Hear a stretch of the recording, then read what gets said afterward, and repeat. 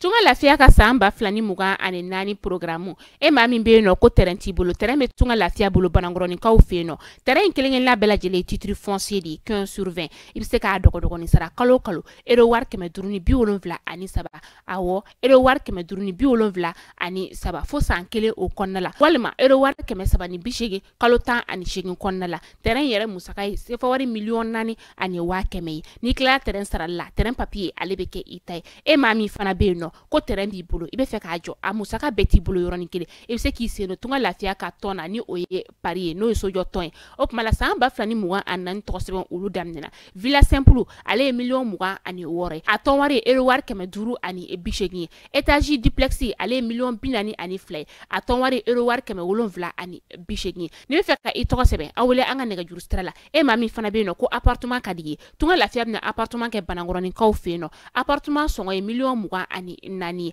ibisa ale fana dogo ni sara ero war keme wolonvla ani mugan fo san nani o konnala awo san nani tunga lafiya nana tunga range ulu lafiya likama op mala anga nega juru sira ayo bamba 00223 72 18 42 47 walma 00336 41 94 03 80 tunga lafiya ka lanyini e femi malende munu sigleme jamana ko ka o beka se ka so kelengelen soro ba maliba ali konnala.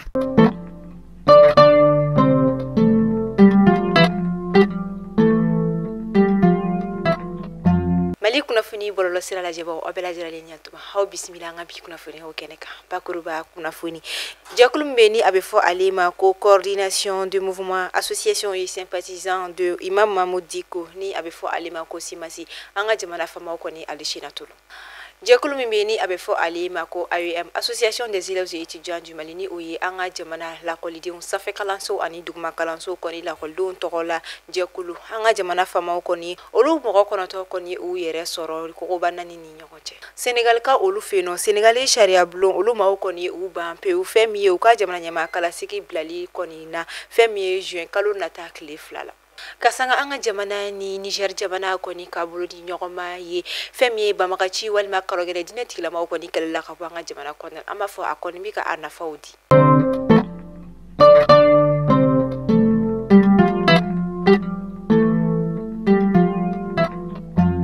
amnu soleno anani wakatina mali kono mali koka mali kuna funi bolo siraw be fe ama fo bela jira lini nyatu ba haw bismillah ka bi kuna funi ko lo keneka ina fanya na bakuru ba kuna furina to ko yamina jakulu mini o coordination du mouvement et sympathisant Imam Mahmoud Dicko ni o yesemasi Imam Mahmoud Dicko ka jakulu anga jamana fama ka sangani anga jamana ministru ko ni kala dala sigli mimike araba o araba kunungo araba o kereka kuna funia ko ni ayira ka foko o jakulu ko ni aleshina turna ka buino piu asababu te do wore ko kadaka ko ni atakala jakulu ko ni tika aksigiku o baroke atika kala yini baroke abiki yere bla ko wero la munu ko ni ti anyesrala munu koni be se ka taga femi ye ki se no politique ko ani ko wera ko lira mi koni ti benta ifiu Jakulu mimeno ko association des élèves et étudiants du Mali ni oye AEM kasangani olu koni ka wale ya uye mimi ka jakulu ko na labe wakati chama mimi ye de kun koye kosobe ore kama femi ye jakulu mogo kono to ni oye AMC mogo kono to olu koni uye resoro ko banani uni nyokonche ni abifuma ko mana de depo koni dara oluka Mohamed Isifou Bacheli ni beko ali marasi bachi kasangana lega kritika lu yimunu koni deliverance ni abefoma ko jabi boli kumbla lendo ka konongo makono femni bamako komina na tribunal de grande instance ulu koni o jabi bolu koni bo a dokokoro ni wakatina Ameta Nyoro du Sahel femi anga jamana French fanga nyama colonel Assimi Goïta ale koni balofen koni chamanti ni yoro koni sikibaka oluma Siga soko feno ni wakatina holu koni kaleno ka fere ani wilika jo bela jali sigi sega wala ta sungalo mimeka na le balofen koni songo kana seka yele krekrene la mako koni mejo munna kosobeni odo koni metalike sukoro tulu aleni tamaro oni nono oni anyoko na chama olula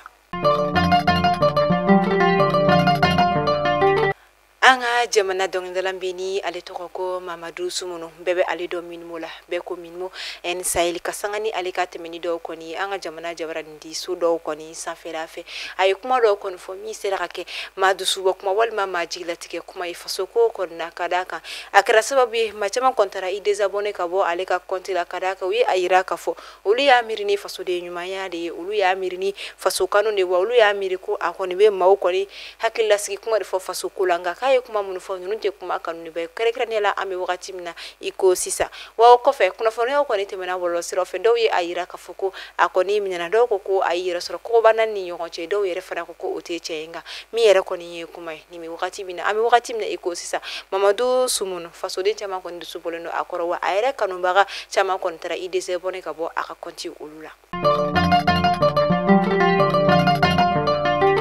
An bɛ taa farikolo ɲɛnajɛ bin na ko ka teriya senandolaci dɔ bɛna kɛ an ka jamana samata sɛgɛw olu ni Japonkaw olu ni ɲɔgɔn cɛ min kɔni bɛna kɛ marsikalo tile 22 o kama marsikalo tile 20 nata o kɔni bɛna Husembu kɔnɔkɔrɔ ka taa Japonkaw olu fɛ yen nɔ ni senandolaci yɛrɛ kɔni bɛna kɛ alamisa marsikalo tile 22 Japon stade min bɛ yen nɔ ni a bɛ fɔ ale ma ko Sanga Tokyokaw olu fɛ yen nɔ. Jɛkulu min ni a bɛ fɔ ale ma ko association Touba Diga kan ka sanga ni marsikalo tile 4 tɛmɛnenw ye olu kɔni ye u ka lasigi kɔni kɛ min kɔni sen fɛ u ye ɲɛmaa kura kɔni sigi bureau min kɔnɔna la fɛn min ka dɔn k'a fɔ maa 127 de bi i yɛrɛ sɔrɔ a kɔnɔna la ni a ɲɛmaa kɔni ye Basidi Kaba Jakite ale kɔni bɛna to ɲɛmaaya la san 3 bɔyanko an ka jamana minisiri ɲɛmaa ka conseiller kun bɛ yen nɔ ni o ye Sulemani Kone ye o kɔfɛ cercle yɛrɛ kɔni préfet kun bɛ yen nɔ Sulemani Tembeli ale ni ka taa se maaba wɛrɛw caman ma. Kasangani an ka jamana ɲɛmaa kɔni ye ka hadamadenya dɛmɛ kɔni ta ka ɲɛsin duwaza sigibagaw ma o de kama tarata don marsikalo tile 5 sanba 2024 balofɛn 100 bɔyanko o de kɔni tilala duwaza édition kɔni du 100 bɔyanko olu ni ɲɔgɔn cɛla.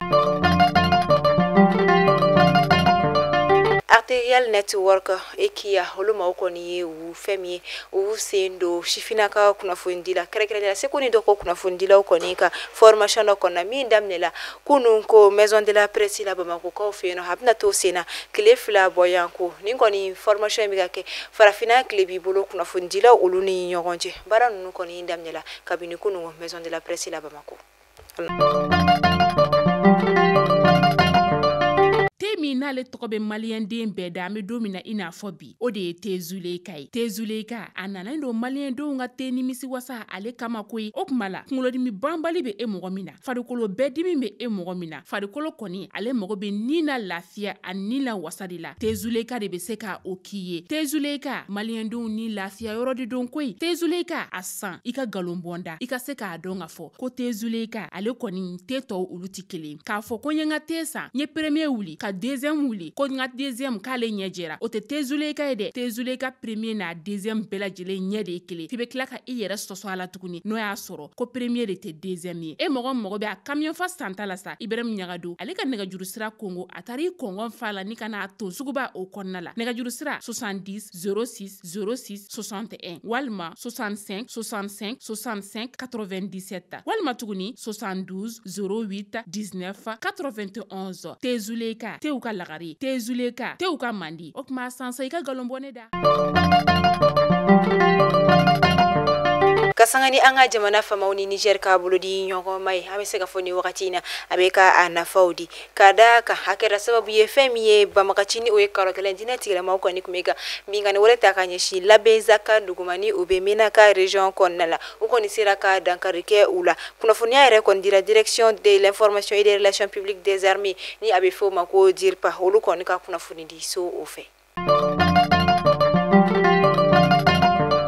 Senegali jamana ɲɛmaa kɔni kɛlen kɔfɛ k'a ka gouvernement ci ale kɔni ye jamana ɲɛmaa sigi kalafili kɔni kunfɔlɔ baaraw olu dɔgɔda kasangani ani jamana minisiri kɔni kala dalasigili min bɛ kɛ araba o araba kunungo araba marsikalo tile 6 o kɔni kɛnɛ kan fɛn min ye Senegali jamana ɲɛmaa a ye a ka jamana gouvernement o kɔni ci gouvernement kɔni cilen kɔfɛ o senfɛ a ye fɛn min ye Sidiki Kaba ale o kɛ jamana ministre ɲɛma ni o ye premier ministre o kɔni senfɛ a ye jamana ɲɛmasigi kalafiliw kɔni kunfɔlɔ baaraw dɔgɔda ni o bɛna kɛ ka bɛn ni marisi kalo tile 24 natɔla ye. An ka jamana finitigi ɲɛmaw kɔni ko k'u b'a da fasoden kelen-kelenna bɛɛ lajɛlen kulo ka jamana kɔnɔ jamana kɔ kan ko kunungo araba marisi kalo tile 6 su san 2024 fɛn min ye maison d'arrêt centrale ni o bɛ ɲonokaw olu fɛ yen nɔ fɛn min ye banbagaci diinɛ tigilamaw kɔni binkani wale ta ka ɲɛsin nin yɔrɔ kofɔlen ma k'a sabu kɛ ni an ka jamana finitigilakaw ka wuli ka jɔ ye u kɔni sera ka dankari banbagaci ninnu na min kɔni senfɛ u kɔni sera k'u ka bolimafɛn kelen kɔni ko o sɔrɔ.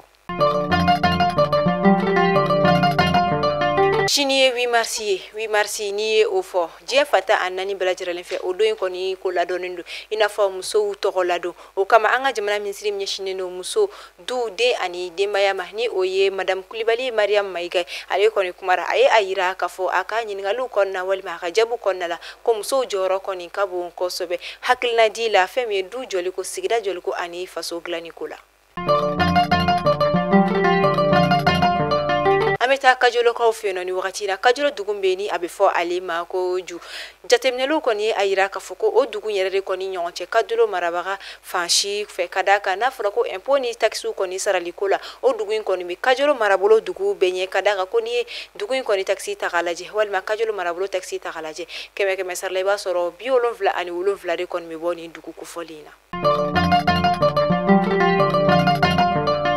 dɔgɔkun fila ka kɔn bi ɲɛ tomati segi ale kun bɛ feere 4,000 nka ni wagati na ale nana yɛrɛ sɔrɔ fɔ 2,000 ani 100 bɔɲɔko subɔrɔ ale kun bɛ feere fɔ 6,000 nka ni wagati na 1,100 bɛ ale sɔrɔ sukaro kilo 50 bɔrɔ ale kɔni tun bɛ feere fɔ 6,000 bɔɲɔko ni wagati na ale bɛ sɔrɔ fɔ 5,000 ani 800 o bɔɲɔko la wa o kɔfɛ a kilo kɔni kɛra fɔ 120 ye ni kɔni kɛra dɔgɔkun damadama ka kɔn sunkalo kɔni daminɛli ɲɛ min kɔni bɛ hakili sigi kɔni baden di nasɔngɔ bɔla ani tobilikɛla kelen-kelenna bɛɛ lajɛlen ma ka d'a ka ladalako la san tɔw la ni sunkalo de kɔni bɛ se feerefɛnw kɔni sɔngɔ bɛ yɛlɛ kɛrɛnkɛrɛnya min ye sukaro ni a ɲɔgɔnna wɛrɛw ye nka ni wagati in na ko ninnu kɔni sɔngɔ bɛ ka jigin o la kɔni u bɛ dama kasili kɛ ɲɔni sunkalo kɔni seli cɛ u sɔngɔ kana yɛlɛ tuguni. Ayiwa ɲinɛ bɛ dan sigi aw ka bi kunnafoniyaw la an b'a fɔ aw ni ce a ka lamɛnliko ɲuman na a y'aw sɔgɔlen to Mali kunnafoni bɔlɔlɔ siraw la aw ka mɛn sini ni Ala ma basi kɛ ni aw la.